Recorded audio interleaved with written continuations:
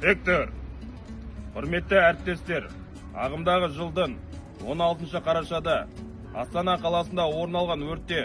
Ақмола облысы төтенше жағдайлар департаменті өрт сөндіру және авариялық-құтқару жұмыстары қызметі мемлекеттік мекемесі өрт сөндіру кезекші қызметінің жедел кезекшісінің орынбасары азаматтық қорғау капитаны Забикулин Асқар Серікұлы көпқабатты қаһарман үй тұрғындарын құтқару кезінде өзіне әртүрлі дене жарақаттарынан күйік алып, 20 қарашада өмірден озған әріптесімізге 1 минуттық үнсіздік жариялансын.